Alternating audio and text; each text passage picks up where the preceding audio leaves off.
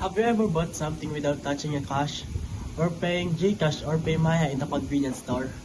Well, this is what we call the digital payment, and this is the ICT trends we're currently facing in the modern days. Digital payment is a method of paying for goods and services electronically using digital devices such as mobile phones, computers, cables, or even smartwatches. Instead of bringing physical money, the transaction happens online, securely, and instantly. Well, what is digital payment?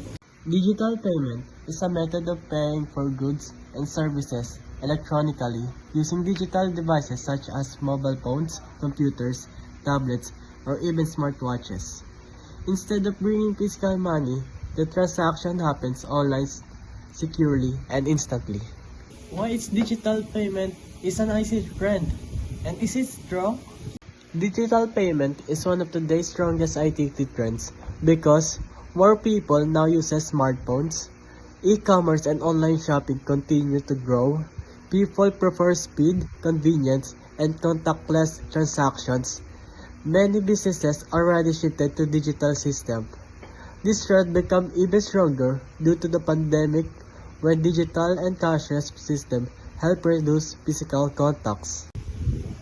What are the types of digital payment? Well, we first have the mobile wallets, which is the GCash or Maya. Secondly, the debit or credit cards. We also have this online banking, which transferring funds through apps or websites. Or this QR code payments, which is popularly using in convenience store or in the 7-Eleven or Uncle John's. And we also have this digital cash transfers, sending money to family and friends. Well, what are the advantages compared to traditional payment? It offers many benefits, like for example, the convenience, pay anytime and anywhere. Well, the speed, there's no need to wait for change or long lines.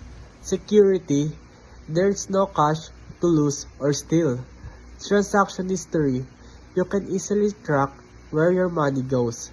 And it supports business, especially online sellers and small enterprises.